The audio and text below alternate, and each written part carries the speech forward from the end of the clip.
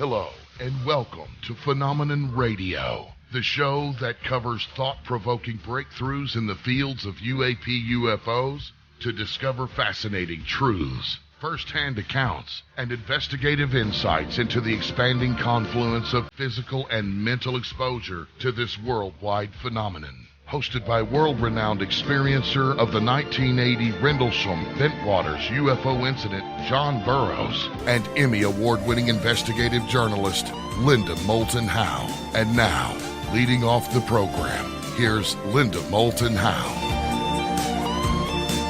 The word dreamland is slang used at Nellis Air Force Base, Nevada, to describe the top-secret Area 51, where, according to people who have worked there, advanced World War II German and extraterrestrial craft have been secretly stored after retrievals from various crash sites over the decades. Several of my Earthfiles and radio broadcasts have concerned first-hand whistleblower information about alien crash sites near Capitan Mountain, Socorro, and Roswell, New Mexico in the 1940s. Those reports have provoked other whistleblowers to come forward, such as the April to May 1996 letters postmarked South Carolina and signed only a friend. With two of those letters came several pieces of metal. The writer said the metal, quote, came from the UFO debris at an impact site between San Mateo Mountains and Sierra Blanca, close quote. Sierra Blanca Peak is about 70 miles straight west of Roswell, and San Mateo Peak is another 80 miles west of Sierra Blanca. Between those two mountain ranges is White Sands. In 1947, it was called White Sands Proving Ground. Today, it is White Sands Missile Range. That's where, after World War II, the U.S. Project Paperclip brought many German rocket scientists to the United States under the direction of German physicist Wernher von Braun. The goal was to give the U.S. a missile system as good or better than the German V-2 rocket program developed under Adolf Hitler. Some of the bright silver and black layered pieces that were sent in the mail were described as, quote, scrapings from the exterior underside of the craft itself. It literally was a shell-like shielding of the craft, brittle and layered almost with a prefabricated design and placing, close quote. The letter writer later called me in Philadelphia and identified himself as active U.S. Army and would not be able to communicate more. But he wanted me to know that the various metal pieces were in a box with a diary after his grandfather died. The grandfather had been in an Army security detail ordered to surround a, quote, wedge-shaped, close quote, UFO crash where 3 dead non-humans and 1 alive alien had been retrieved. Inside the alien craft, he said his grandfather described, quote, there were control-type devices forged in the shape of the alien hands, which were assumed as controls and activation surfaces, close quote. And that is also what Army Lieutenant Philip J. Corso described in his 1997 book, The Day After Roswell. Colonel Corso said the UFO craft were flown by mind-controlled technology between hand panels and a headband on the alien pilots. Back in 1996, I contacted a University of Michigan professor who agreed to analyze the metal pieces and take scanning electron microscope photographs at 50 and 200 times magnification of the alternating silver and black layers. Energy dispersive spectroscopy confirmed the silver layers to be about 95% pure magnesium with a small amount of zinc. The black layers were pure bismuth. There were about 25 alternating layers in each piece that we received. The bismuth layers averaged 1 to 4 microns, and the magnesium zinc layers averaged 100 to 200 microns. There was no bonding material between the metal layers. Many different scientists in superconductors, aerospace, gravity research, and exotic metal manufacturers examined the layered metal for me. The metal expert said, quote, "No one puts bismuth and magnesium together." Another scientist pointed out that the Army source's letter stated, quote, "Critically needed data was eliminated by the self-destruct mechanisms on the vehicle itself," close quote. That might explain the University of Michigan scientists' analysis that the bismuth and magnesium layers are in consistent wavy patterns as if subjected to sudden hot impact, or that the layers were created in wavy patterns to resonate with specific electromagnetic frequencies. In all the various testings of the bismuth magnesium material that I have done with labs since 1996, no one has ever reproduced this layered metal. But one scientist thinks that he has other references to such layered bismuth magnesium material in his UFO research. And after this short break, joining us on Phenomenon Radio will be engineer and physicist Tom Valone, PhD. He is president of Integrity Research Institute in Beltsville, Maryland. IRI is a nonprofit organization focused on investigating and documenting emerging sustainable energy technology, propulsion, and bioenergetics. Tom is the editor of Future Energy Newsletter and E-News. He has produced 6 books related to energy research that include Electrogravitics, a new propulsion methodology, Zero-Point Energy, the fuel of the future, and the future of energy. Tom has a deep interest in understanding the technologies of unidentified aerial phenomena, or UFOs, ranging from the RAF Bentwaters Woodbridge incident to the many other UFO crashes and encounters around the world since at least World War II. What did the micron-layered pure bismuth and mostly magnesium alternating layers do for that Roswell wedge-shaped UFO?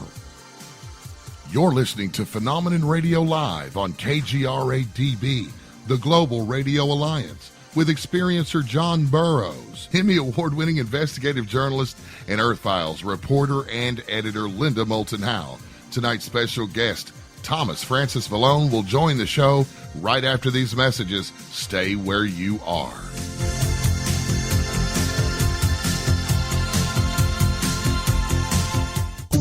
You read about UFOs, strange creatures, and ghosts. You watch videos about them. Do you know how to investigate them? Chase Kletsky does. For 20 years, she's been Indiana Jones and Laura Croft rolled into one. The real hunter of Bigfoot, ghosts, and UFOs. She goes everywhere, from remote woods to ghost-infested buildings to the highlands of South America, hunting down strange things in our world. Now she's written a book to show you how it's done. Co-authored with UFO researcher Richard Dolan, Chase lays it out. How to prepare, what to bring, interviewing witnesses, doing a stakeout, handling evidence, and documenting it the right way.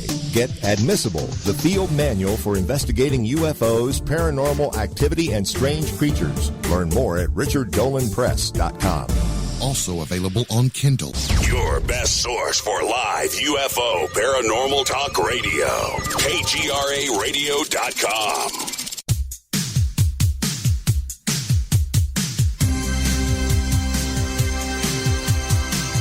Thank you all for joining us here tonight on Phenomenon Radio for tonight's very special interview with our guest Thomas Francis Valone. And to start tonight's interview, here's Linda Moulton Howe.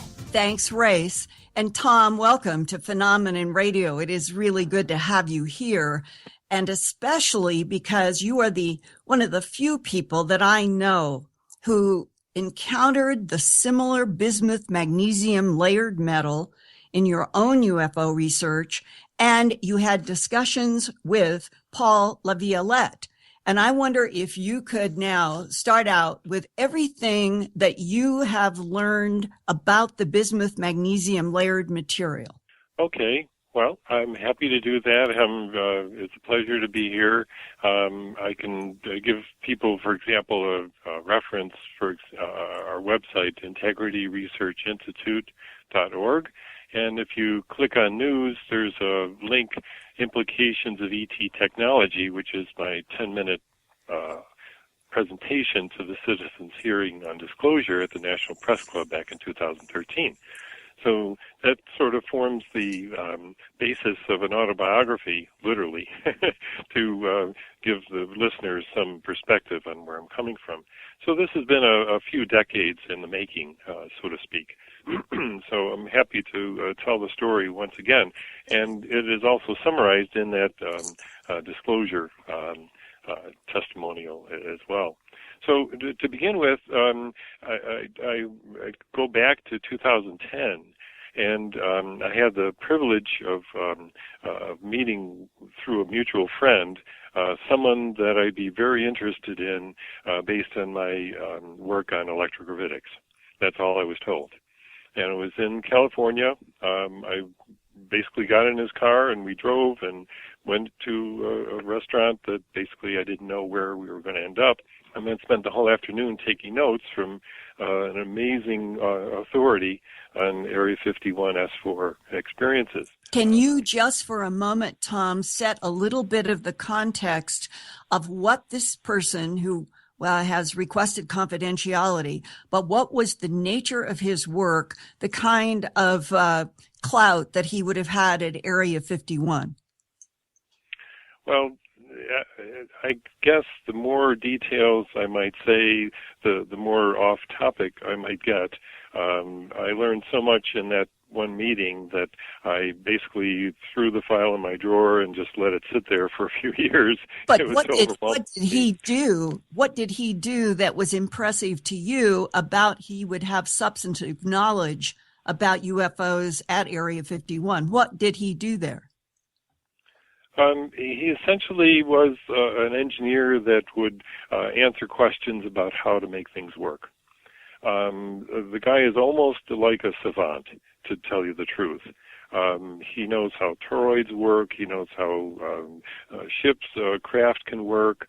He's been called on site in other countries like Canada to see a craft. He's been called into Antarctica to see a craft and verify if it's viable. And then it's brought back to S4. That's how valuable he is. They still call upon him today.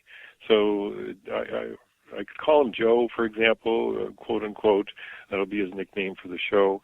But the information I received from him, I recorded, wrote down, I took notes, and tried to look for some time in the future where I'd be able to verify anything that he told me.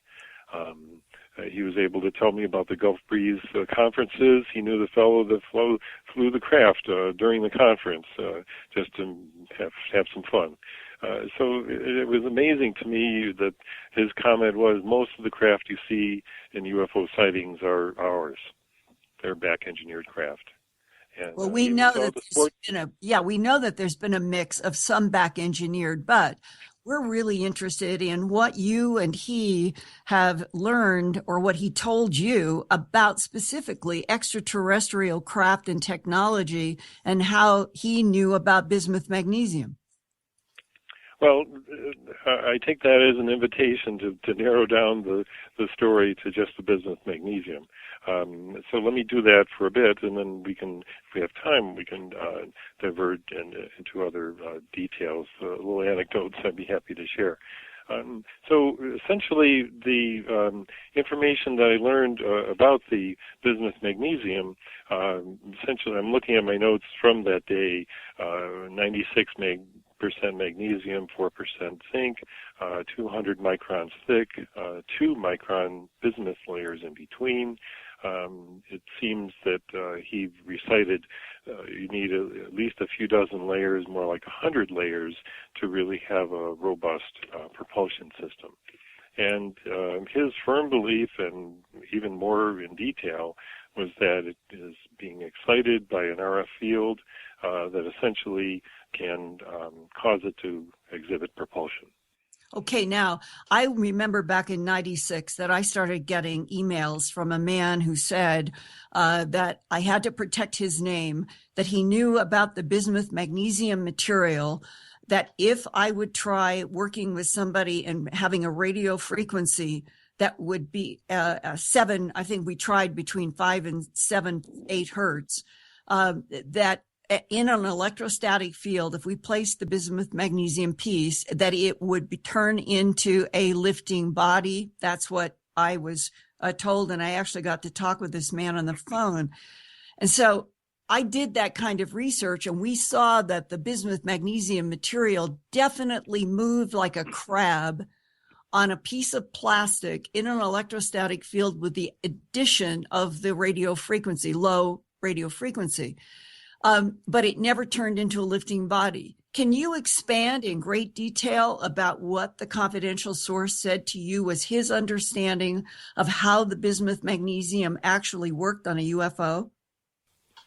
Sure. Actually, the frequency that I was told is the effective one is 200 kilohertz, and yet it's not necessarily a standard type of waveform. And I might actually mention that in between, 8 years later, Paul LaViolette's book came out, and when I started to tell him the story, he said, "Oh, look on page 275, 274 of my book." And I did. This is the book Secrets of Anti-Gravity Propulsion by Paul LaViolette. And sure enough, the entire description of the magnesium zinc layer is there with the bismuth and so forth. But also, Paul includes this extra discussion of bismuth having a negative index of refraction. And the professors, 2 Russian professors working at Oregon State University and Princeton University, were the ones that discovered the negative index of refraction. And Paul, in writing 8 years later, is indicating the potential it would have for developing thrust. Okay, and that thrust could be a lifting body, right? Exactly. And yet Paul is aiming for the terahertz range, the 54 to 62 micron wavelength, and so this was at least a confirmation, a corroboration that thrust could be a result of this type of geometry. And Tom, we're talking about neutralizing gravity. Let's not beat around the bush. This would be neutralizing gravity, but how does it work? Why is it that layers of bismuth, pure bismuth, and magnesium zinc, 96%, 4% mixture, why in alternating layers would this affect neutralizing gravity in UFOs? And what did your confidential source who worked at Area 51 and S4 say he understood?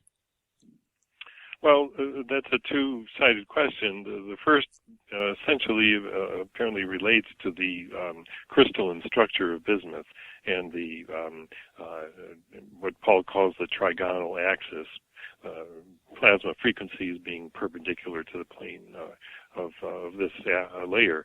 So apparently there is a physics formula or basis for the understanding that thrust could be a result of it.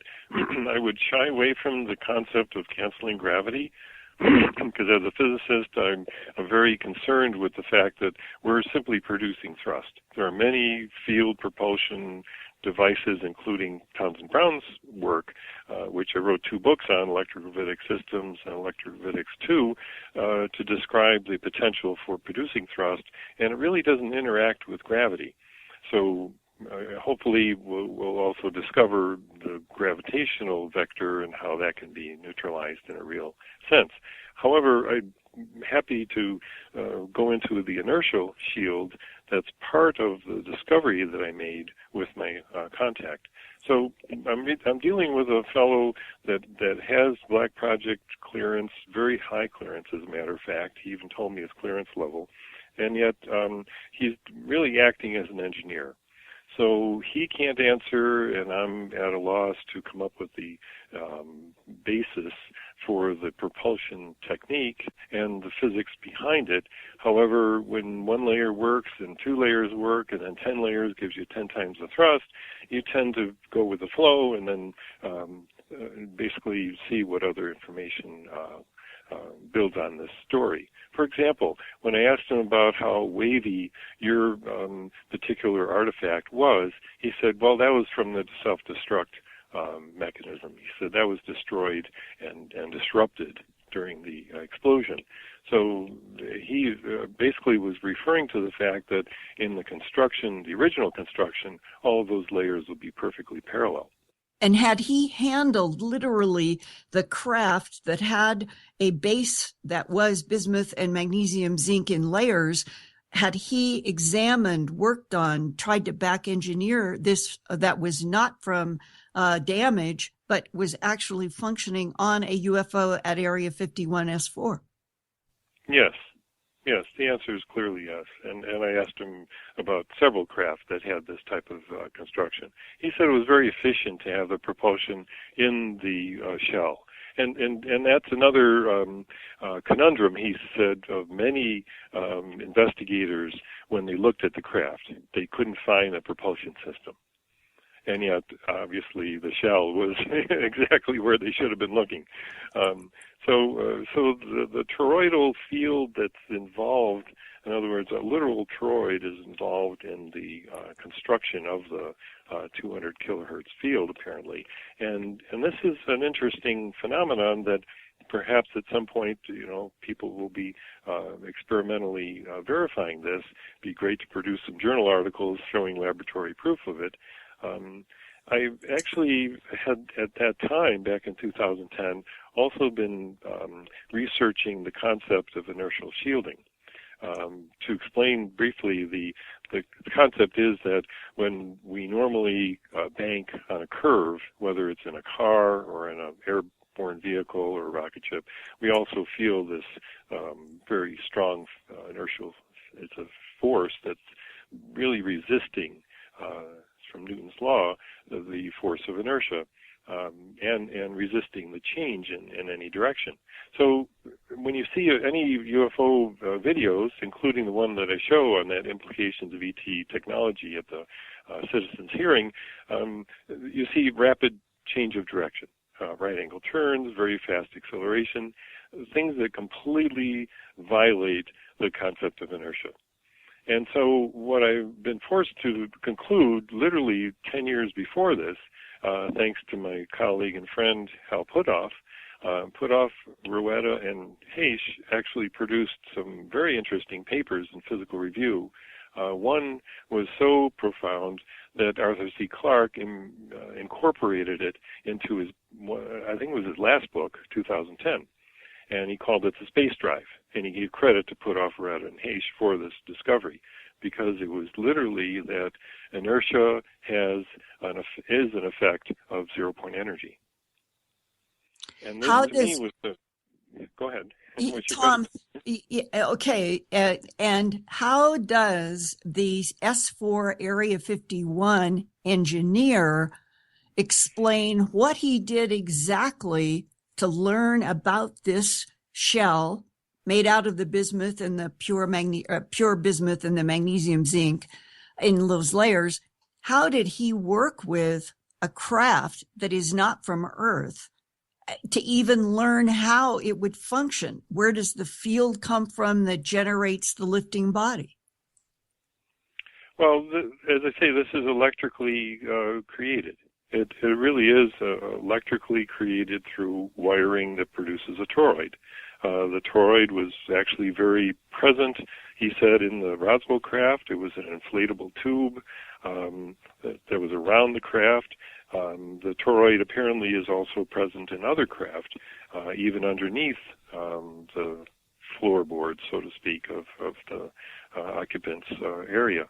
So the electrical connection, I'm not sure I didn't even bother to ask what generates the electric field or the current to produce the toroidal field, but the frequency was, to me, very valuable. and the fact that pulsed frequency was better than a sinusoidal frequency. And this coincided with research that I've done in both electrophysics and in bioelectromagnetics. Both biological systems and electrogravitic systems behave better when the field is pulsed rather than sinusoidal.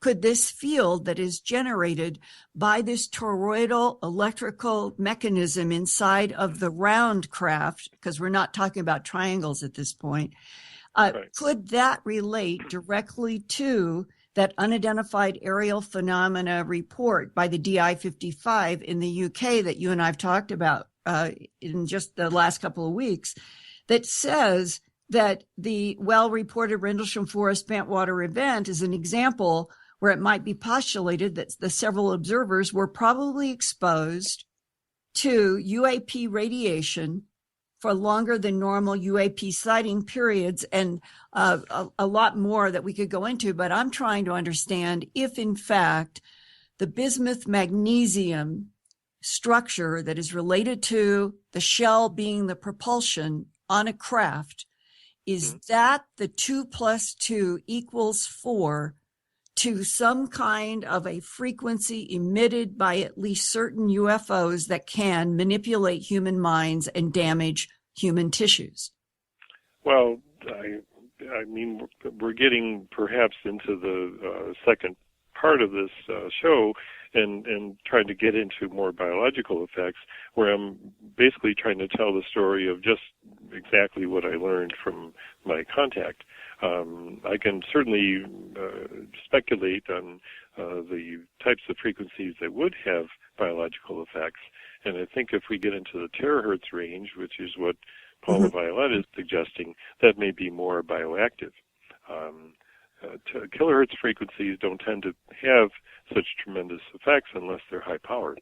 Well, the terahertz has come up. So did the S4 Area 51 engineer say that he knew specifically that there were terahertz frequencies that would be involved in the propulsion of the shell?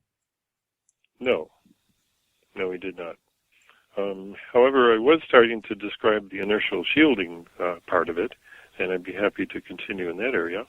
The inertial shielding, to me, was a very interesting challenge, because I was throwing this out as an opportunity to understand if UFOs indeed have a shield that I believed had to be there, based on the Puthoff, Rueda, and Hayes discovery, that it was related to zero-point energy, and there's a frequency range that inertia operates at.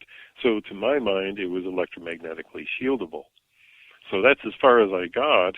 I had even talked to a fellow from NRO, National Reconnaissance Office, who specifically was asking for more developments of launches and so forth, and we discussed the fact of declassifying just this inertial shielding aspect that had already been found on back-engineered craft. Anyways, the point I wanted to make, and I was very surprised to see the conclusion, was that as I described the shell, he came up with the answer that was very definitive. He said, yes, it's made of aluminum and 20% monatomic iridium, and it has to be very evenly distributed. The monatomic iridium has to be evenly distributed throughout the molten aluminum as it's applied. And this is the S4 Area 51 engineer saying this? Yes. John, I'm calling him, specifically recited that in response to my speculative conjecture that inertial shield had to be part of this shell propulsion system. He not only confirmed it, but then, to me, the most exciting part was I started to say that the aluminum iridium shield would probably be outside the bismuth magnesium layer. And he said, no, absolutely not. He says the aluminum iridium layer has to be underneath it first, inside, in order to make everything that it's operating on inertia-free. And I said, oh my God, it was like a real zenith moment for me, because I realized he's right, and I could picture the inside becoming free of massive resistance, and therefore the electrogravitic layers could operate on something that's as light as a feather. Of course it has to be on the inside. But I had suggested the opposite, and he knew the answer instantly. So it was a very interesting confirmation from his experience that he knew what he was talking about, as far as I could tell. Tom's, for the general audience that does not understand the word electrogravitic, can you explain what electrogravity or gravitic technology is? And can you do more of a word picture? We know we've got the layered bismuth and magnesium material, but I don't fully understand the relationship between putting the aluminum on the inside of the of that in order to make the craft be able to essentially eliminate inertia. So start with electrogravitic. Well, electrovitics in my volume 1, page 15, is simply a quote from the Aviation Studies International study group from England, 1956, and we reprinted their reports, 2 of them, to specifically cite the work that was done back then in 1956 to reproduce Townsend Brown's work. And really credit is due to Townsend Brown for using the electrogravitic phrase. He basically identified his first patent as an electrogravitic invention. And afterwards, he started to talk about more electrokinetics in almost all of his patents. So the definition really would be very simple, and that is electricity being used to create a gravitational-like field. Mm-hmm. That's really electrovitics. And then you've got a broad sense of what it means. And then if we want to be more specific, we can say, well, maybe it's not actually gravity that's being created, it's just a force. And that was really what Townsend Brown apparently concluded when all of his subsequent patents had electrokinetic apparatus as the title, like his 1960 patent 2949550. That's the famous one that looks like a merry-go-round with 2 saucers on either end going around in a circle. And so this is a very interesting field of study. It's been verified by NASA as well as Purdue University. There are many patents. Almost all the patents that exist are in my second volume, Electrovitics 2, which is probably the most popular book we sell. And we also include the report that was Mark McCandlish's disclosure report from 2000 on the electrogravitic craft that he was privy to in Norton Air Force Base in 1988. Okay, so the electrogravitic subject comes up repeatedly when people are having a hands-on, direct, some kind of relationship with UFOs in Area 51 or Norton or wherever they are. And so we're talking about being able to generate electric fields that would create some sort of a gravity and then be able to manipulate that gravity, right? And that would relate to the fact that if a UFO can stop on a dime and go 90-degree angles in the air, it's because it overcomes what we call inertia.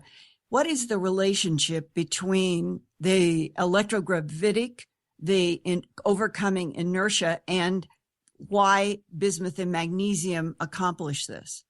Well, no, bismuth and magnesium don't accomplish that. It's really the aluminum and iridium layers that do.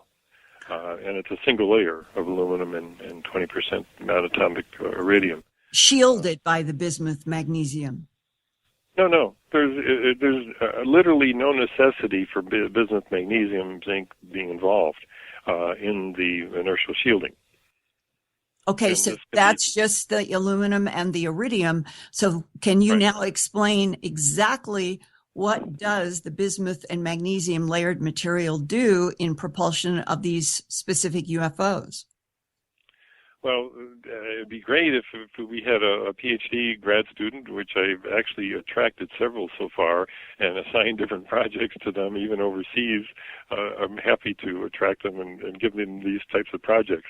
So perhaps we'll have the answer for the exact reason very soon. To me, as an engineer and a physicist, I like reproducing the effect first, verifying that it can be controlled. My contact literally said you can see variations or approximate reductions of inertia as the iridium is effectively introduced into the aluminum. So in other words, we could have prototypes that would have 20% reduction, 40% reduction, and so forth. Okay, we're talking about different things, though, and I'm still trying to understand how the bismuth magnesium layered material that the S4 Area 51 source has handled and knew about, how did it work on those specific UFOs? Well, if we just go to that area, that layer by itself, it's literally about 100 layers of the magnesium zinc, and then the very thin 2-micron layer of bismuth in between, and then another layer of 200 microns of magnesium zinc, 96%, 4% zinc, and then 2 microns of bismuth. And reproducing that multiple times, at least 20, more like 100 or more, then we're getting up to the centimeter or 2 centimeter thick shell that's required to have a significant amount of propulsion.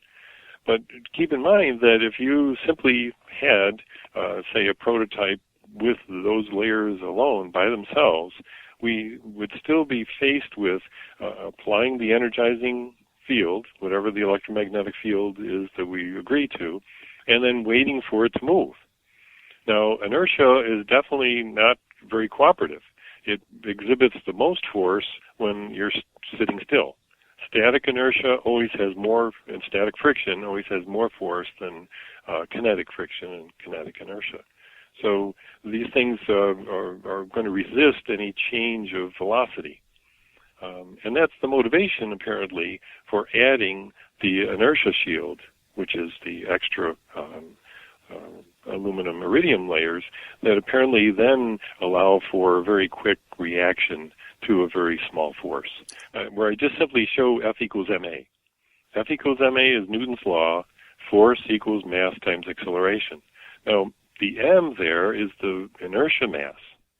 So if we multiply the mass times acceleration and then equal the force that we're applying, normally you'd have to have quite a good acceleration. In other words, the mass times the acceleration has to equal the force. But if we reduce the m, which is exactly what I'm describing apparently from what I learned, then the acceleration could be very, very high. And you'd still have the same amount of force being applied. Well, had he come to any, we'll say, a conclusion about the bismuth magnesium material being something that was used on several UFOs that he studied at S4 Area 51? Yes. And in fact, it was interesting that you suggested, and I think you just suggest that in your book as well, Glimpses of Other Realities, Volume 2, High Strangeness, the specific idea that there's some hand controls and maybe mind control involved, because what my contact found was that this type of control doesn't have very good directional control. This would be an obvious conclusion. If you energize the whole shell all at once, or maybe half the shell, you only get one direction out of that, and that can be a problem. And I'm reading right from the source's letter that I received 5 letters from the Army man before he disappeared. And this was in quotes from his grandfather's diary. Quote, "The disc itself was literally dissected," meaning by the people who examined it. And it was discovered that the propulsion system had actually fused together the many interior components, but they could see there were control-type devices forged in the shape of the alien hands, which were assumed as controls and activation surfaces, and that Colonel Corso went further by describing and showing in his book that there were bands on the beings' heads, and their hands went into these recessed hands in the panels. And the discussion has been for a couple of decades from various sources that these craft are flown by their minds interacting with the entire shell of the craft through the hands in the panels and the bands around their heads. And that's, without any evidence to the contrary, that's certainly possible if we look at advanced civilizations that had a much longer time to evolve than we have. And that what we're establishing is that you have talked with a man who worked or works at S4 Area 51 who had his engineering hands on real, non-human craft and technologies.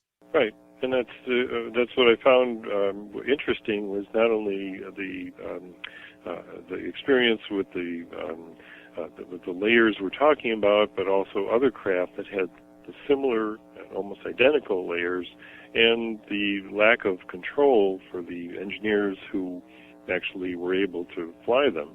And then what my contact said he did is he added extra toroids on the top and bottom. So upper and lower, he called them, for banking and steering.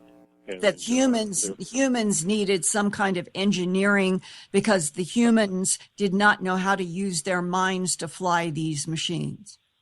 Right. We have a little more difficulty with mind control. And, now, in our society, well, our level of evolution. You said that he was asked to go, I think, to Antarctica to examine a craft there. Can you tell that whole story about what he saw and what he said? My information about that is a little bit just broad in terms of the details, but I found it fascinating that let's see, Area 50. Okay, 1986. It was a Zeta Reticuli craft, and that was found in the Arctic. He says. And it was 35 feet down. The skin was sapphire and aluminum oxide, 12 meters in diameter. I questioned him at one point about there's no toilets on UFOs. He says, yes, there are. It's just a small funnel, but they even have beds. And he said it was like the Roswell craft, 8 by 20 meters. And it was made of sapphire? That's my notes. The skin was sapphire and aluminum oxide. Aluminum oxide, I guess, is makeup of sapphire and its composition. If it were under the ice, how did we find it? By satellite radar. How? I guess from surveillance satellites. And then they thought, what's that object doing under the ice? And they decided to go investigate. And this is the one that he said to you, I was overwhelmed by the beauty of the whole craft, and it was chevron shaped, which is sort of V-shaped. Right. Yeah, teardrop or chevron. Mm-hmm. Yeah, and it was the first time he saw an original, complete craft intact. He was very, very impressed. And you said he called it a Zeta Reticuli craft, and you and I and others, we have talked ever since long ago in the early 80s about the Betty and Barney Hill case, 1961, New Hampshire. And that was the first book that went around the world about humans being taken by non-humans into a craft. And Betty said she was shown a 3-dimensional map, and that the being, which was sort of a variation on a gray, said that this was a star map. It had lines in it. Those were trade routes. On there, our sun was sort of off of any of their main trade routes, but the heaviest lines, she remembered this, were between 2 stars that were close together, quote unquote, in this map, and that she and later Marjorie Fish, the amateur astronomer, identified them as being Zeta Reticuli 1 and 2. And that's where the very first identity to anything that we know in this arm of the galaxy appeared in a human abduction case. And then later on, Zeta Reticuli 1 and 2 has come up over and over again. Yep, that's true. And in fact, it's funny you'd mention it, because we actually, our institute, integrityresearchinstitute.org, we sell the Zeta Reticuli booklet reprint from Astronomy magazine. Yes. Even after everyone else is sold out, we still have some copies left, and they're collector's items because they're all in full color. They show the Marjorie Fish version of it, the original star map, and also the computer version of the star map. And their listeners might want to know that all of the stars that were in Betty Hill's star map are the only stars within 50 light years of Earth. The only That's right. the only solar mass size stars. And in other words, the size of our sun was the star involved in those solar systems, and apparently those stars are very rare. So this map included every one of those, which That's obviously are most likely to have Goldilocks zones with the Earth, perhaps, in the system. Yeah, well, there are 19 suns that are very close to the G spectrum of our own sun in, we'll call this garden, in this arm of the galaxy out 50 light years that includes Zeta Reticuli 1 and 2. That's right. Did your source, the S4 Area 51 man, did he have any details about the civilization, the planet that made these craft that he was studying? Did he have any details about the ETs? No, that was one thing that he was sort of deprived of, in my opinion. It was interesting. I thought that he knew so much about the engineering and the specifics of the craft themselves, but he wasn't privy, like Bob Lazar was, to read notebooks of details that related to the civilizations. He just knew, for example, that we had a deep space platform. We had established a Mars colony years ago, and basically one on the backside of the moon. Okay, now the Mars colony has come up since the end of the 70s with Alternative 3. What did he say about the Mars colony? How long has it been up there? Who is there, and what's been happening? Well, he said it was established in the 1970s. And when I questioned that, or at least voiced my skepticism, he said, you can just go see the NASA atmospheric data for Mars from the 1970s on, and you'll see a slight increase each year of global warming gases. Yeah, that would explain the methane that has been being detected by the Italian physicist who first reported an increase in methane, and NASA and the United States jumped on his report. I think the Italian physicist, I interviewed him, and he was very confused about why he was being attacked by NASA. And it has to be, he was the first one who had the courage to put out the data about a decade ago that there was a methane increase on Mars, and he got slapped down. Today, it's very clear that they can't hide the methane increase on Mars anymore, and it goes to the heart of what I was exposed to by somebody who worked at White Sands Missile Range, who came to Denver and to see me on a number of UFO issues, and said that in his White Sands Missile Range work, he was told by a physicist going in and out of classified areas there that we had built a military facility inside of a lava tube on Mars at the end of the 70s, and that the physicist claimed that he had been to Mars and back 6 times. Yeah, when you have a back engineer craft, you get a lot more freedom of travel. And in fact, I should probably give some credit to the latest video that's been released. It's called Packing for Mars. In fact, the website is packingformarsmovie.com.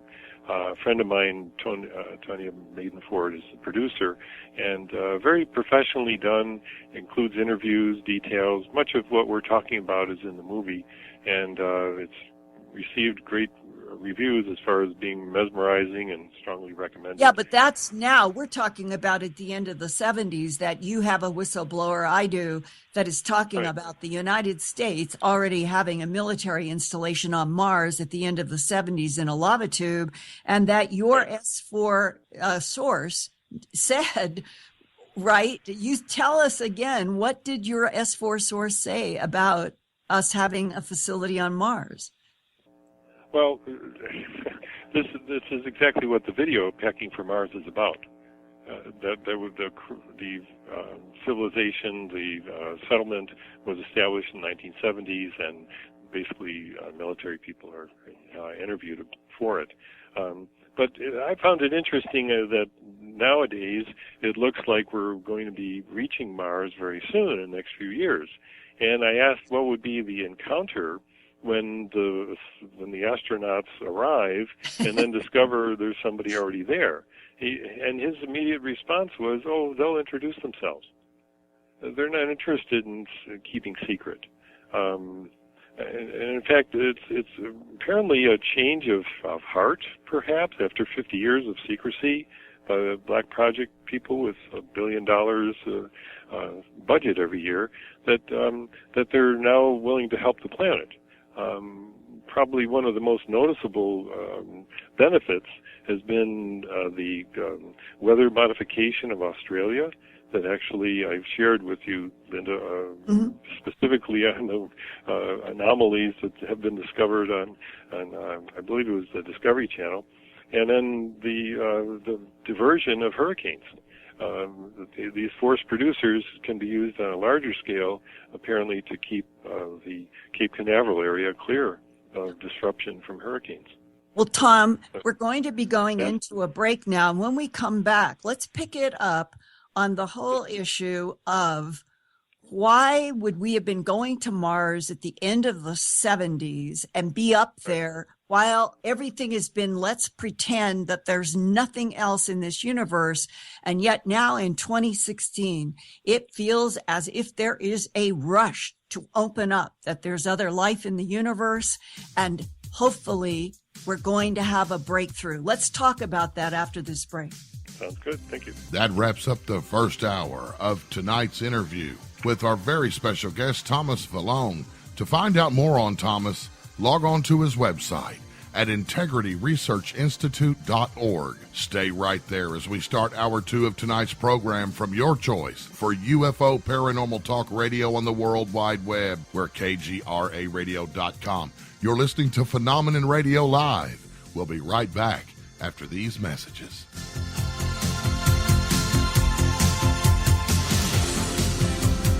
Around the world for decades have come high strangeness reports of mysterious aerial lights, beams, animal mutilations, human abductions, secret space and military programs focused on an alien presence. One reporter of these Earth mysteries is Emmy Award-winning TV producer, writer, and editor Linda Moulton Howe. She reports and edits the science, environment, and real X-Files news website, Earthfiles.com. We are moving from the paradigm that we are alone in the universe to a new one in which we are not alone. And something out there is interacting with us, our animals and plant life, forcing glimpses of other realities upon us. Linda has produced 4 large books about these phenomena with hundreds of color images and illustrations that reviewers such as New York Times best-selling author Jim Marrs describes as an amazing accumulation of evidence. All her books, An Alien Harvest, the 2-volume Glimpses of Other Realities, and Mysterious Lights and Crop Circles, along with documentaries, are available in the shop at Earthfiles.com. I wish I was in school. I wish I was in school. I wish I was in school. Summer isn't fun when you're hungry. If only I had a big test today. Or a book report to give. Give me a math quiz. Give me some homework. If your child relies on free school lunches, we can help provide them with free meals this summer. I'll stay after class. I'll clean the chalkboard. I'll keep my desk real clean. So they can stop worrying about food and start focusing on fun. I'll do extra homework. I'll clean the class pet's cage. I'll skip recess. School might end, but free lunches don't have to. I wish I was in school. I wish I was in school. If your child relies on free school lunches, we can help provide them with free meals this summer. Visit feedingamerica.org/summer meals to find your local food bank for help. Once again, that's feedingamerica.org/summer meals. Together, We're Feeding America. A message from Feeding America and the Ad Council. Angioprim can unclog blocked arteries and improve blood flow in all parts of your body. Angioprim is easy, simple, liquid oral chelation. You take it with juice before breakfast and forget about it. Angioprim works fast, unlike old-fashioned chelation that takes hours. Just log on to angioprim.com. That's Angioprim, ANGIOPRIM, angioprim.com. Call Angioprim toll-free at 877-882-7221. Start feeling better, having fun, and doing more again. That's 877-882-7221. Angioprim.com. Your best source for live UFO paranormal talk radio. KGRAradio.com.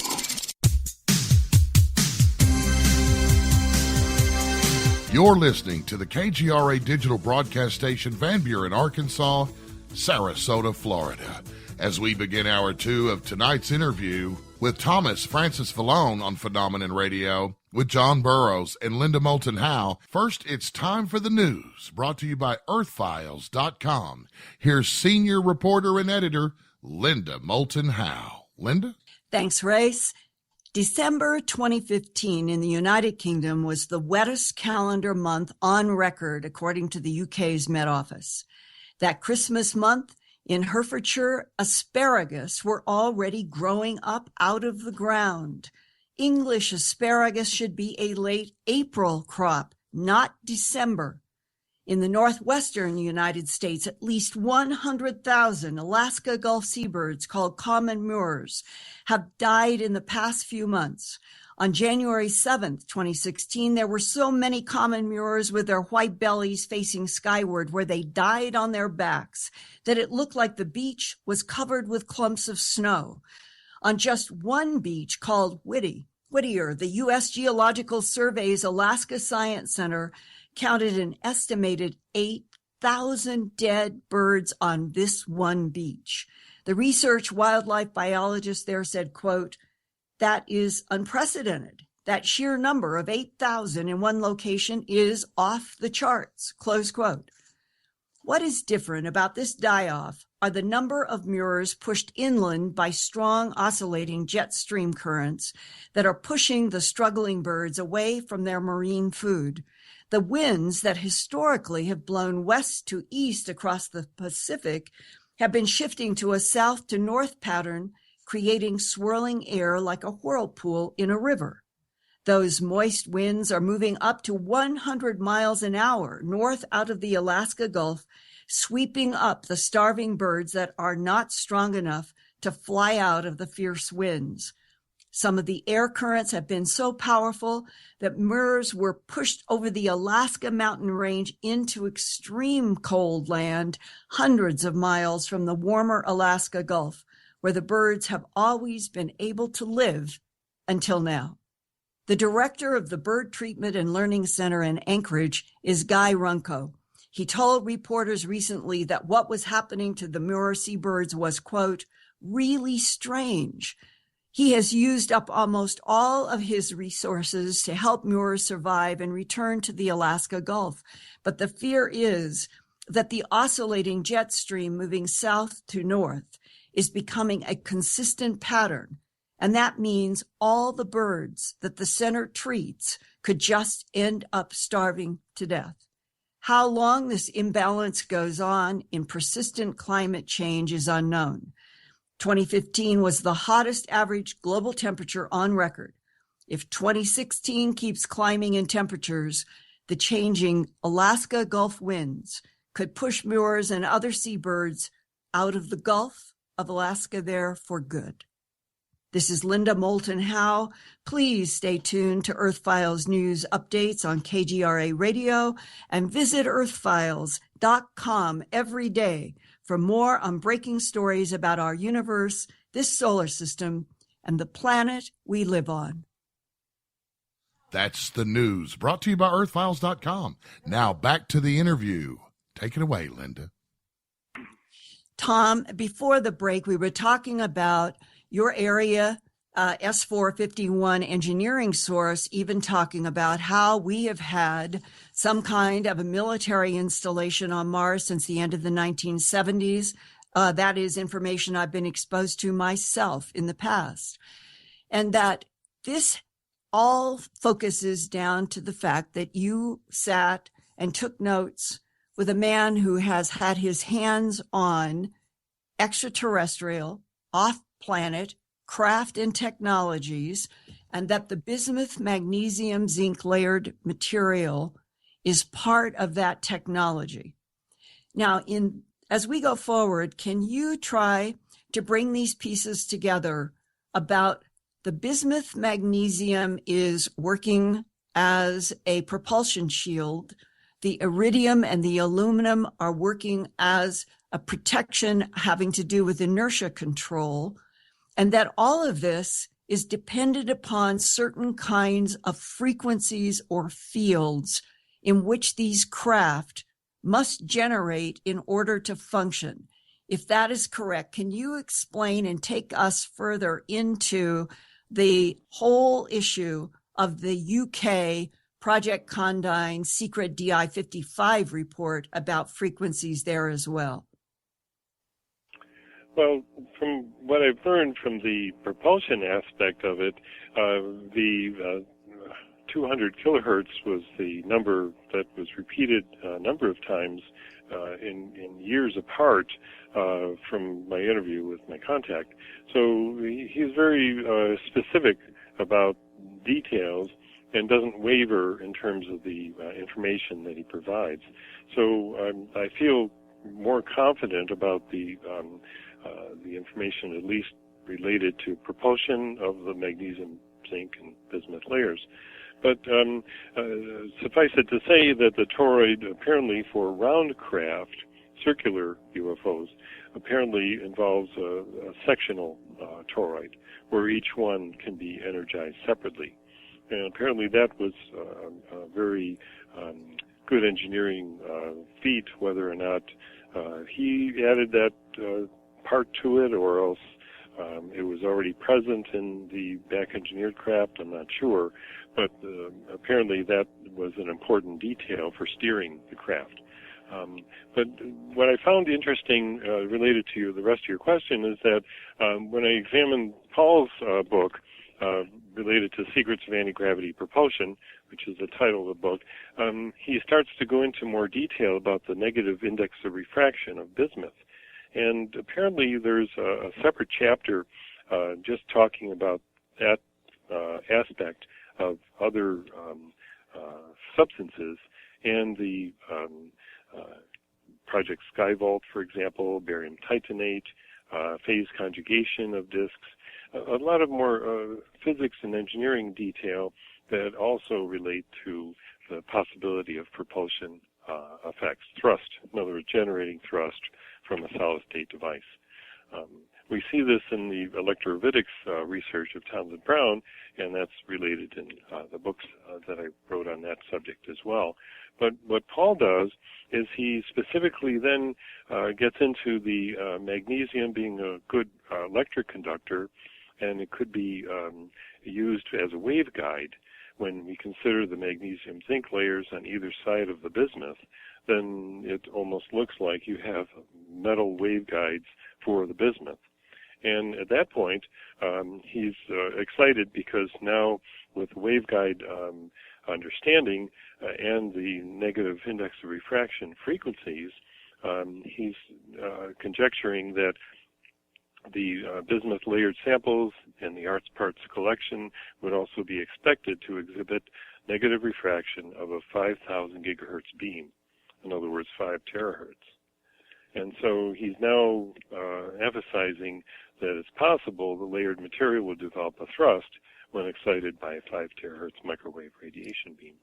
And so now we are at terahertz frequencies that could activate the layered bismuth and magnesium zinc layers. Where would the 5 terahertz come from? Well, at that point, Paul essentially goes into another super secret Project Red Light and other subjects. He's emphasizing the fact that it could be a laser, for example, an infrared laser. We actually discussed looking for various solid-state sources. Terahertz, for example, is now becoming more and more popular, even for security reasons. For example, there's a patent application from 2007 where they're identifying hidden objects using a terahertz laser imaging system. Well, those are the gates that we go through at airports, and that's how they look at through our clothes is terahertz.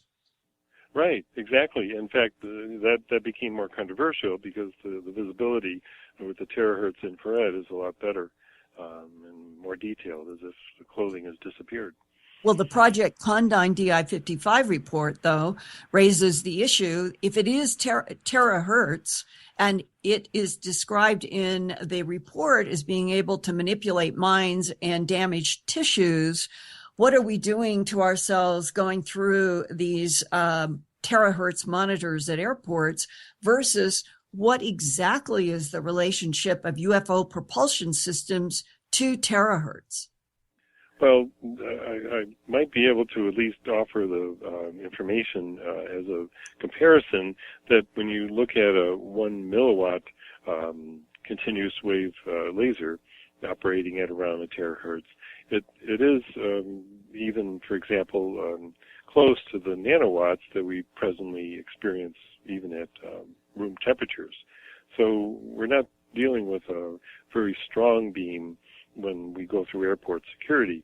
But it is very likely, for example, as an engineer, you'd suspect that the propulsion system would benefit from a stronger terahertz source. So when the UFO was close, let's say, I know that in the UAP report, because I read that they were giving measurements of something like a football field, that if there was a craft that was emitting this particular frequency, which they don't identify specifically in the UAP Project Condign, but we've had other information saying that it is probably in the terahertz, and it shows different distances where there would be frequencies harmful and how you would get back far enough away that the frequency would no longer be harmful. And I remember that there were reports in the 50s and 60s recounted in books and in some of the journals where people who were encountering UFOs and ETs, or at least UFOs landing, that they would get the telepathic information, don't come closer or you will be harmed. Interesting. So they're even aware of the effect that they have on the radiation they're producing. Yeah, but why is it that they would warn in some cases? And now let's jump to Rendlesham Forest. John Burroughs is engulfed in red-orange light, according to witness Adrian Bustinza, who was on the ground next to John. That was the night of the 28th. And on the night of the 26th, Peniston didn't see, but there was rumors through some information that, quote unquote, John Burroughs either jumped up on or was taken up in a flying saucer in Rendlesham Forest. So he had two exposures up close is the assumption, the night of the 26th and the 28th, and Peniston was close to the triangular craft on the night of the 26th. And John ends up with really serious heart problem with the shredding of the leaflets in his mitral valve. And the assumed link, given the fact that the information to help John to get through surgery to his civilian VA doctors was that they would find that the leaflets in the mitral valve would be damaged. And there was no other reason why they would be damaged or should. So that was like physical, biological evidence that this discussion in the 460 pages of the UAP report is talking about frequencies that can do this damage to hearts and other, like the eyes. And what I'm wondering is, have you, your S4 source, Paul Laviolette, have you ever come across the issue that the frequencies that would be involved in the propulsion systems of UFOs could be damaging to people? We have not, no. And this is the value of that UK report, perhaps, to really put it into a document that's well-researched and specific enough to give that information. Well, what is your perspective in January 2016 on what you know and have been exposed to in terms of UFO technology, electrogravitics, electromagnetic fields, and zero-point energy? Well, that's quite a big topic. And as I say, the inertial shielding is specifically a benefit of the zero-point field.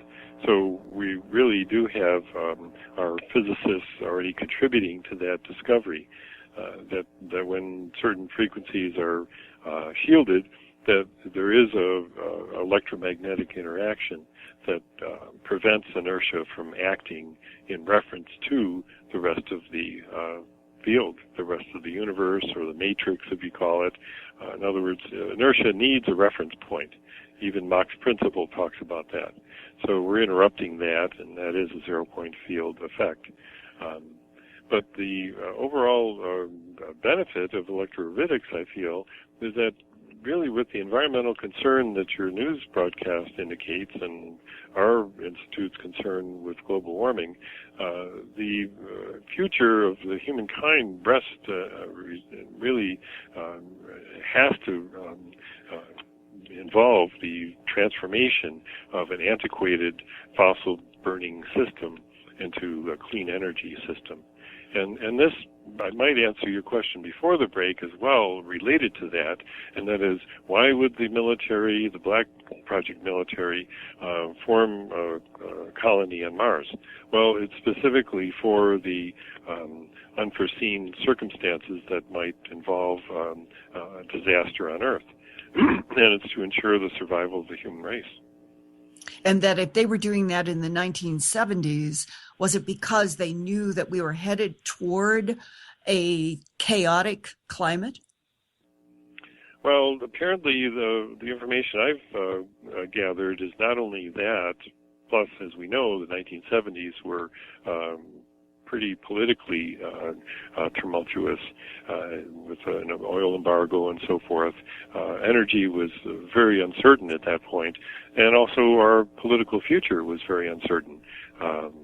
So, anyways, the issue I was intrigued by is that there's a motivation to not only have a separate colony to ensure the survival of the human race, but also when meteors are approaching the vicinity of an impact with Earth, they already have a project in play to do some type of interruption and diversion for that,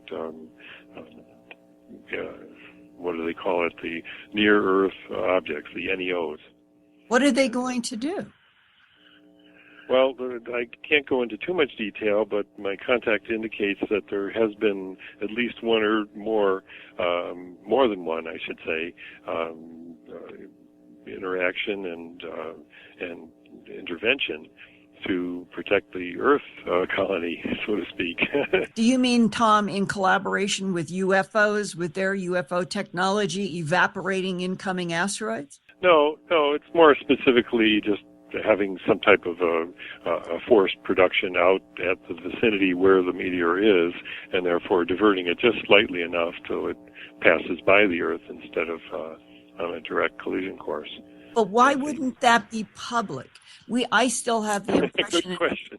Yeah, I've been covering possible asteroids incoming now for 20 years in news, and I've talked with those guys in the Near Earth Object Office several times, and they always seem to say that we don't have any way yet to deflect, that if we tried to blow them up, then we just make the problem worse. Therefore, what kind of technology would they be using in the last 10 years, let's say, to get rid of an incoming asteroid that could do damage?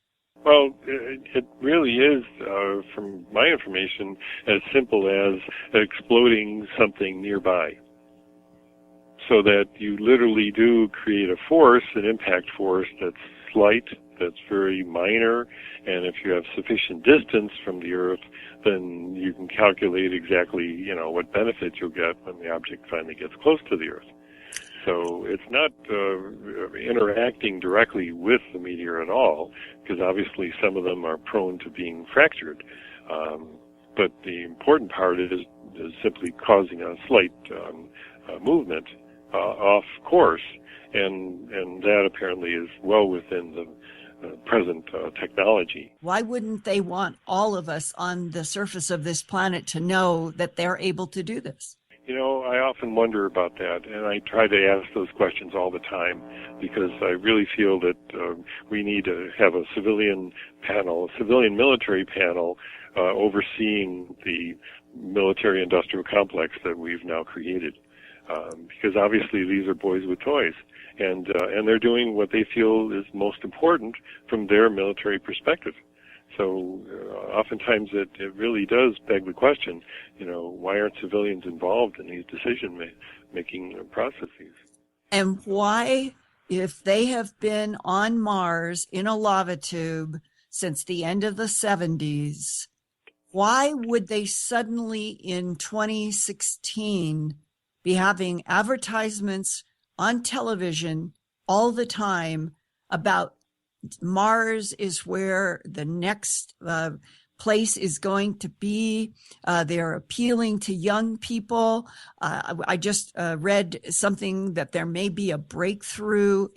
They're calling it a breakthrough technology where they might be able to get to Mars in 39 days. And that means it would no longer have to be a one-way trip. If we have propulsion waiting in the wings for a 39-day one-way trip, that means that we're talking about a round trip. We're talking about transportation between Earth and Mars coming in the near future. Sure, absolutely. In fact, we probably should mention the fact that the communication system needs to be improved too. Nobody wants to have an 8-minute delay while you're trying to talk to your friends, relatives, or neighbors. So the scalar wave or longitudinal waves essentially is a science of electromagnetics that has not been explored very well, even though we do have a report on scalar waves from our institute.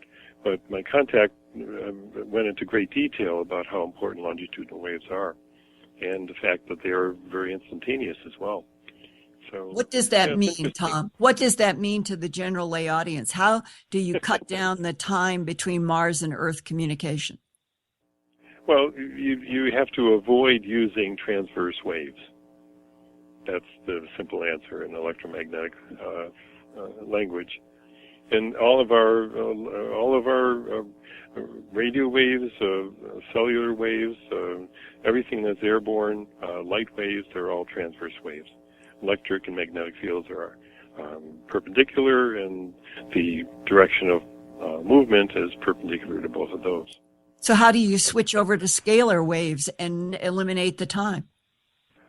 Well, the information is out there in the literature, but the specific advantage of a toroidal system eventually seems to relate to the creation of the vector potential and the scalar potential. So apparently toroids are the answer, but more research is needed to finally engineer this type of thing so that frequencies might be created, frequency bands are created, so communication bands would be available. But the obvious thing is that going faster than the speed of light is very important, both in moving people, rocket ships, and information. And how do we do it? Well, in each area, there's different technologies that seem to have a play in doing that. For example, our institute sponsored Dr. Fronig from the University of Australia at Adelaide as a speaker at our conference on future energy. FutureEnergy.org is the website for that. And we've been pleased to see how close he's been getting to using toroidal systems in rocket ship type of spacecraft, where he sees the advantage of a circular style spacecraft, but also has done experiments to show that there are great potentials for going several times the speed of light with such a system. And he's got the physics to back him up, and it's a wonderful theoretical and experimental combination. Well, if you go faster than the speed of light, you are at infinite mass, and that means you are not traveling any longer in Euclidean geometry. Well, that's back to the same inertial problem that we were relating to before. The principle of relativity prohibits this because mass seems to increase as you approach the speed of light. But with the various types of inertial shielding that are apparently available, even a toroid perhaps does function that way, according to Fronig. The potential and the possibility of going faster than the speed of light seems to be more available today than ever before, even for moving mass. And the toroid means that all of the disks that are round or lens-shaped are using that shape because of the relationship to the way this universe is built in terms of electromagnetic fields and the speed of light. And the toroid is the only shape that is going to get us from, let's say, Earth to Mars in a fast, rapid time? Apparently so. Sorry to interrupt, guys, but we've got to take our last break. All right, to find out more and the latest on what's going on with Phenomenon Radio Show, log on to the website at www.phenomenonradio.com. And for the latest in science, the environment, and real X-Files, visit the award-winning website Earthfiles.com with over 2,000 in-depth reports that go way beyond the 6 o'clock news. That's Earthfiles.com. We'll be right back for the final segment of tonight's program on the best choice for alternative talk radio on the planet. We're KGRAradio.com. Don't go anywhere. You read about UFOs, strange creatures, and ghosts. You watch videos about them. Do you know how to investigate them? Chase Kletsky does. For 20 years, she's been Indiana Jones and Laura Croft rolled into one. The real hunter of Bigfoot, ghosts, and UFOs. She goes everywhere, from remote woods to ghost-infested buildings to the highlands of South America, hunting down strange things in our world. Now she's written a book to show you how it's done. Co-authored with UFO researcher Richard Dolan, Chase lays it out. How to prepare, what to bring, interviewing witnesses, doing a stakeout, handling evidence, and documenting it the right way. Get Admissible, the field manual for investigating UFOs, paranormal activity, and strange creatures. Learn more at richarddolanpress.com. Also available on Kindle. Hi, I'm Richard Dolan. When I'm not hosting my radio program, The Richard Dolan Show on KGRA, or writing new books on UFOs, I run a publishing company. I'm proud to say that Richard Dolan Press has published some of the most fascinating books available on UFOs and related subjects. They include Dr. Bruce Maccabee's classic analysis of the UFO cover-up, David Marler's breakthrough book on triangular UFOs, Dr. Richard Sauter's unique work on underground bases, and other classics by Grant Cameron, Chase Kletsky, and Dr. Bob Wood. Not to mention intriguing works by Eve Lorgan and Laurie McDonald that deal with truly bizarre phenomena. I'm proud to publish such high-quality and original works, and there are several amazing books about to be released over the next few months. Go to richarddolanpress.com to learn more. At MSC Cruises, we believe life should be measured in moments, not minutes. The moment you set eyes on the perfect blue of the Caribbean. The moment you breathe in the sweet, salty air of freedom. The moment you let out the sound of true happiness. Find your moments aboard one of the newest members of our fleet. Introducing MSC Divina, now sailing the Caribbean year-round from Miami. Contact your travel advisor or visit msccruises.com today. Call Holiday Maker Travel toll-free at 877-642-4308. Check out their website at holidaymakertravel.com or email them at info@holidaymakertravel.com to reserve your MSC cruise today. Now you can share the topics that drive the discussions of your favorite talk shows with TalkStream Live's topic-driven talk radio. List and promote real-time talk radio topics, or post the topics that you want to hear. Hot topics are tweeted and retweeted, and include simple click-to-listen audio links. The future of talk radio is topic-driven talk radio. Available now at TalkStreamLive.com. Always on the edge of the hottest alternative talk. Yes, there had been crash retrievals of UFOs, and we have to really hunt, we have to research, we have to do our work really well.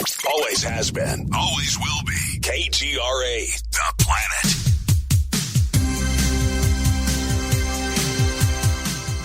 Welcome back to the final segment of Phenomenon Radio here on KGRARadio.com with tonight's very honored guest, Thomas Francis Valone. Here's John Burroughs to kick off the final segment of the program. John? Thanks, Ray. Dr. Valone, we talked a little bit, went on the break behind the scenes, but one of the things that you described early on was just simply the fact of what the craft, whether it was something that was visiting from somewhere else or something that we found and have back engineered, what it was capable of doing. And maybe you could go into a description of some of possibly what you were told the different crafts would look like. Is there like a bubble around it? What kind of effect, if you came up on it, you saw, if you got inside the bubble, and some of the things it could do or effects it could have on humans if they did see it or get close to it or saw something flying around in the sky? Okay. Excuse me. The first thing I would direct people to is Wikipedia. The toroidal vortex, for example, is an excellent diagram that at least shows what we're talking about in terms of geometry. And when we describe a toroid, we're basically identifying scalar waves or longitudinal waves that are different than the electromagnetic Maxwell's equation type of waves we're used to.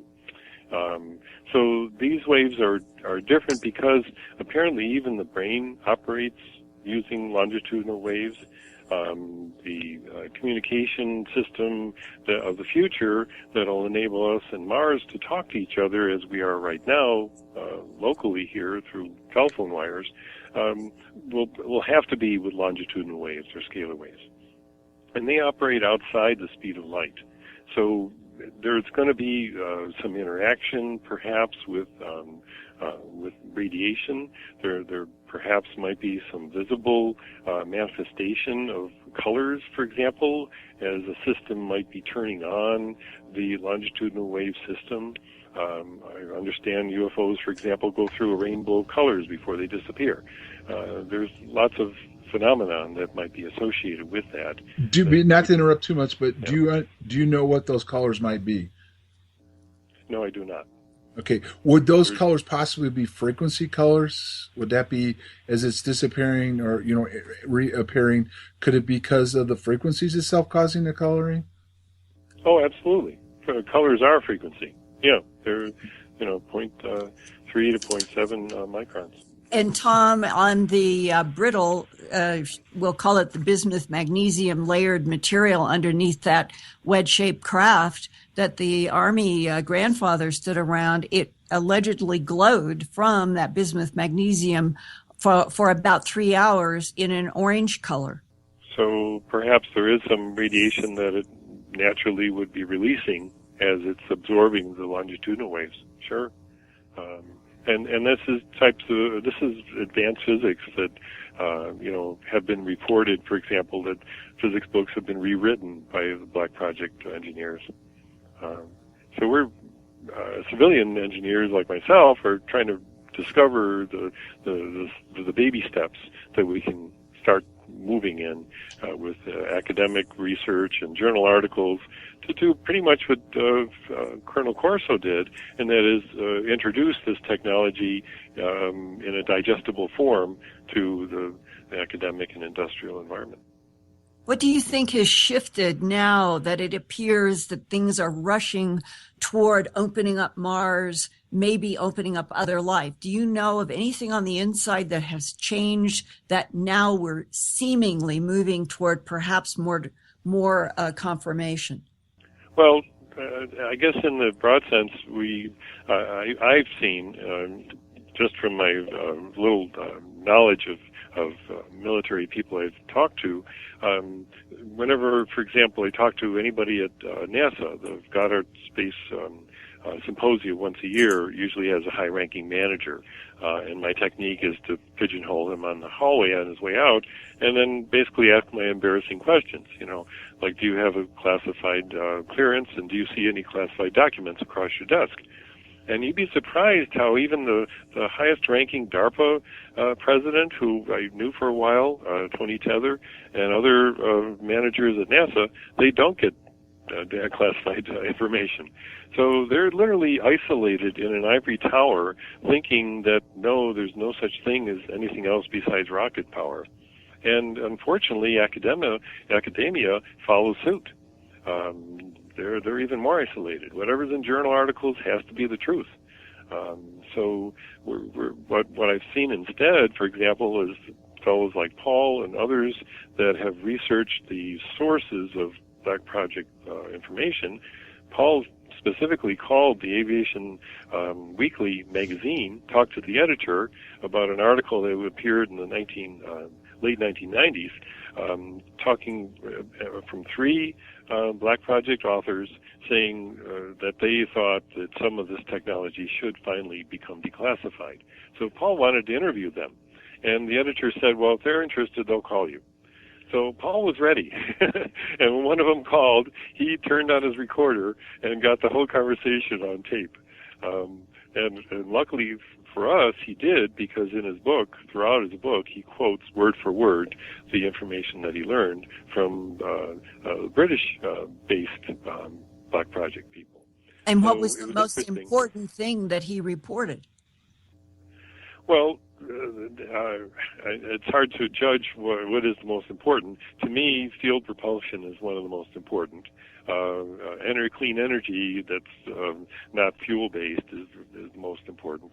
And things that relate to curing disease and helping people live healthy lives. That's our bioenergetic program areas. But what he learned from them really was recorded in the technology that he then reviews chapter by chapter and emphasizes their quotations that seem to indicate, for example, even with the bismuth magnesium, he's being sort of informationally guided that thrust is the key ingredient here. And so their help was very important for him to write such a voluminous book, and I felt the same was true for the contact that I had. I was surprised how very willingly he was sharing information, and the very encouraging part is that, hey, when we finally do get to Mars, we'll be sort of welcomed there and not shunned or isolated. So it's something that I feel we're evolving into as our society becomes more conscious of our solar system and more capable of exploring it. Then we're now becoming sort of space-worthy. You know, almost as like Star Trek says, there's a federation and there's basic rules for participating in the Federation, but it's only when you become sort of space-worthy and more humanitarian. What about Peniston's describing what he thought were time travelers from a distant future being responsible for that black glassy triangle? Do you, Paul, and others, the S4 Area 51 whistleblower, have you talked about the whole issue of time travel in all this? I have not, and I have specifically avoided it. I understand that Corso's son has indicated some information about that, but it becomes a lot more complicated when we start to think about that. Of course, when you're moving past the speed of light or near the speed of light, you're going to affect the dilation of time, the transit of time, much as the Interstellar movie showed us in graphic detail. But overall, traveling between time zones or areas of history in the future is something so far that I specifically have not received information about. Do you this technology? A couple of things. First of all, how would it look if you saw it in the sky? And I mean, I understand people have got pictures, what they think of disk and stuff, but the maneuvering, you know, if it was more or less, you didn't really see an object, but what it would look like when it was moving around? And number two, do we have the capabilities of interstellar travel with the gravitics technology or did the guy from S4 tell you that we had the ability for interstellar travel with this technology? Well, the visibility part of it could vary depending on what speed and how it's starting off. Obviously, if it's visible at one point and then takes off, it might become invisible very quickly. But what I found interesting was the Gulf Breeze story. For some reason, I started talking about the fact that it's been reported there's been UFOs years ago when Gulf Breeze had UFO conferences each year in Florida. And he says, "Oh, I know the guy who flew the craft." And I was kind of blown away by that comment.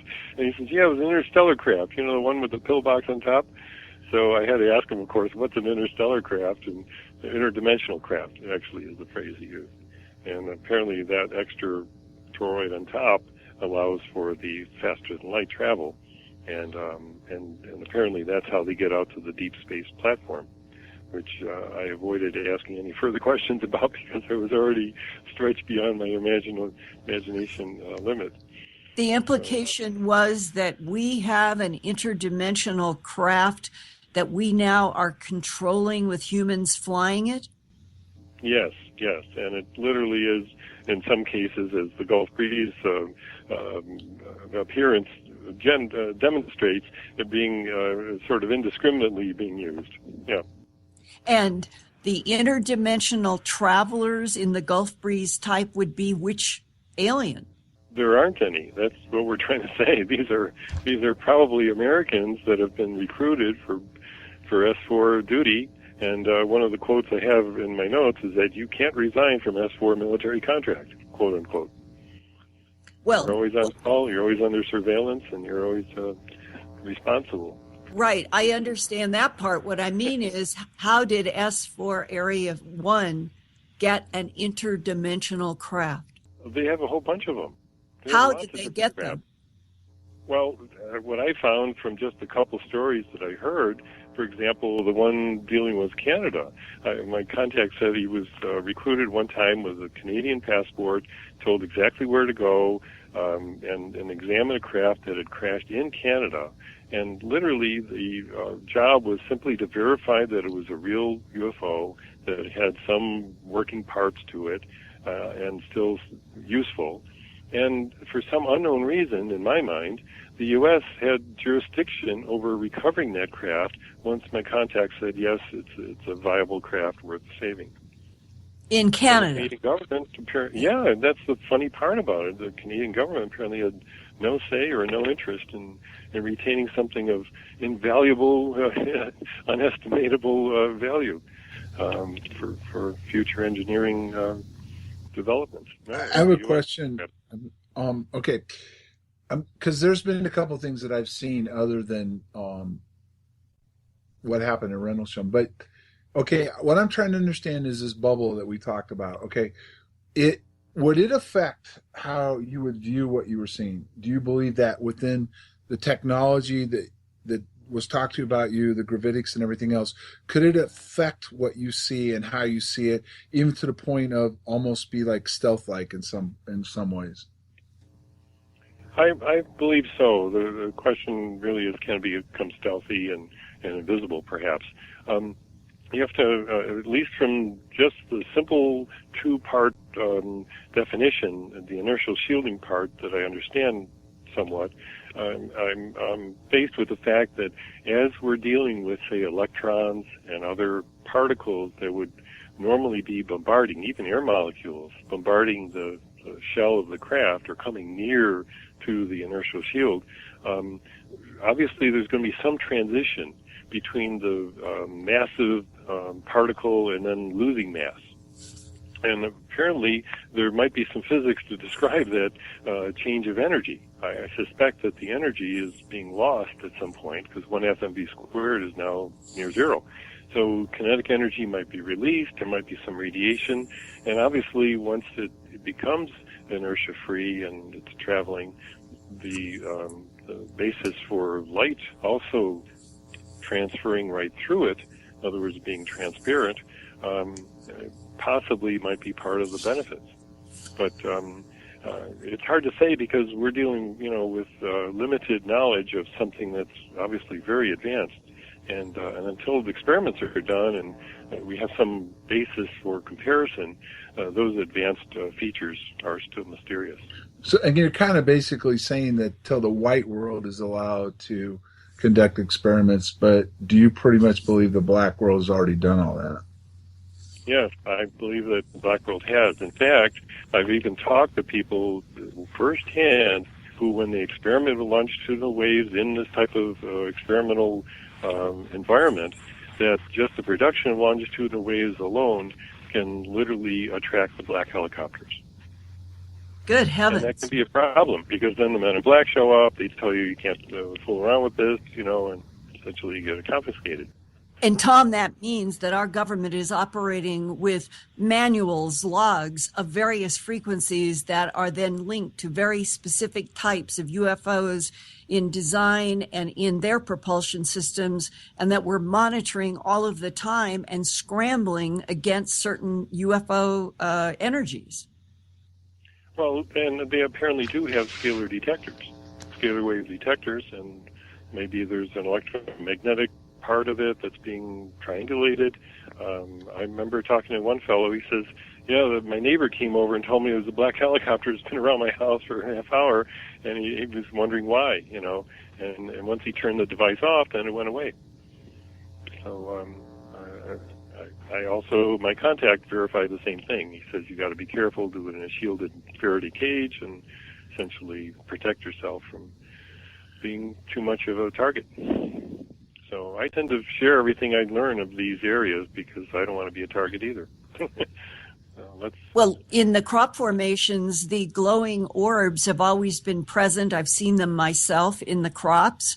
And they, when they are there, helicopters show up. And the helicopters that show up usually have infrared housings on the bottom. It's been pointed out to me. I've asked people in the military, show me what the infrared videotape housing looks like on the bottom of helicopters. I've seen it myself. And that means that they are arriving when the balls of light are there, and they have infrared videotape that they are trying to monitor with. Sure. Another question. You early on talked about the way whatever the original technology came from was able to control the ship, which you said telepathically would probably be the best way. And then you said we had to modify the craft to fly it. Would we also, besides modifying it, if we're flying this, how would we then communicate ourselves from the craft to the ground or whatever we're doing? And what would happen if somebody accidentally got to the bubble or got inside the bubble? Not necessarily physically, but could there be some kind of telepathic waves or something that would happen if they got too close to the object? Well, actually, there has been reports, and I should probably relate this because this is a biological effect. Apparently, when some pilots, actually, and this is from my notes from this contact, apparently there were some pilots that died when they were put into back-engineered craft and then asked to fly them. And apparently the monatomic gold in their brain was literally affected by the fields. So he recommended, and he was actually called in to investigate why they were dying, and he said he found that they were drinking unfiltered water, city municipal water, that had too much chlorine or something in it. So this was something that perhaps from his research was related to biological effects of these fields. Now, on saying that, what time frame was a lot of this going on? Do you have any idea? I'm sure it's still going today, but when did this actually really start where they were using our pilots to try to fly this technology? It looks like it was basically in the 70s and 80s. If you follow Bob Lazar's work, which I have as well, there are other Black Project engineers who've come out into the open. For the first few decades after the 1950s and 60s, there wasn't really much progress. There weren't enough recruits that had insight into how to fly these things. But as apparently we got into the 70s and 80s, that's when guys like my contact showed up and they were able to solve the problems and get the things flying. One other question. Several craft. Have we built our own? Have we taken something and built it from scratch that you're aware of? Apparently we have, yes. And in fact, that's what I refer people to in my Electrovitics 2 last chapter. The last chapter is word for word from the testimony that Mark McCalnish gave on December 2000 at the Disclosure Project at the National Press Club. And it was specifically about Norton Air Force Base hovercraft. And he said it had 1950s rivets in it. So, yes, we have built our own, and they don't fly great, but they do fly and actually work. It was sort of like an anti-gravity craft should. They were hovering in a tent, a very large tent at the Air Force Base. And even one senator was invited to see it. That's what the story tells us. And this was all gleaned from recovered technology, whether it was Roswell or somewhere else? Well, yeah, apparently, and what Mark, he's a aerospace illustrator, and he created this famous drawing that I was able to reproduce in black and white, which identified all the parts to it. And it specifically involves a high voltage discharge, pulsed EMF, and exciting multi-capacitor layers. So it's a capacitively driven electrogravitics craft. Would you say gravitics is kind of like impulse power in Star Trek? It's like a what on Star Trek? Like how they refer in Star Trek to impulse power? Yeah, that's probably a good suggestion. Because really the advanced mode is when you've got your inertial shield as well, and then maybe your interdimensional extra warp speed controller. So, yeah, it's a good comparison. I like that. Okay. And one other thing I'm curious about, okay, if in fact we've been to Mars already, that means that we didn't get there if we're just our own craft that we've developed is the way you just described it, that means we would have had to been able to find a way to get one of these craft to work to get us up there then, correct? Right, absolutely. Mm-hmm. Or we went with extraterrestrials that are allies helping us build a base on Mars. I didn't get any information like that at all. As you know, the Roswell craft aliens didn't survive too well, but we know that many have been here and been interacting with humans, even abducting humans. Apparently so. No doubt about that from all the reports. But the cooperative part of what you're describing, I have not heard any information like that. And my contact apparently worked for several years at S4 and saw nothing like that. Well, Tom, we've only got I'm sorry, Linda. We've only got about 30 seconds left. Do you want to tell us what you're up to nowadays as far as the next things you might be speaking at, and the work that you're doing in the last 30 seconds? Sure. I'll be at the Conference on Future Energy, our 8th conference, in July in Albuquerque, New Mexico. Linda's going to be one of our speakers, and you can go to futureenergy.org to see more information about that. We're cooperating with the Extraordinary Technology Conference, and I plan to retire from my government job and devote full time to developing new forms of propulsion and energy. Congratulations. Yes. And this has been a great 2 hours. I've really gleaned some stuff that may help me make a little sense of what happened to us while we were out there those 2 nights. So I really appreciate you coming on. Thanks, Tom. You're welcome. I'm glad to be here. All right. Well, I guess it's my cue, isn't it, guys? Oh, my goodness. What a great interview tonight.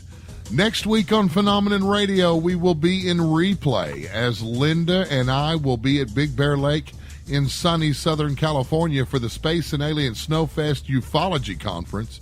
But we will be back live on February the 11th, so you can look forward to that. For John Burroughs, Linda Moulton Howe, and our very honored guest, Thomas Francis Valone, thank you so much for listening.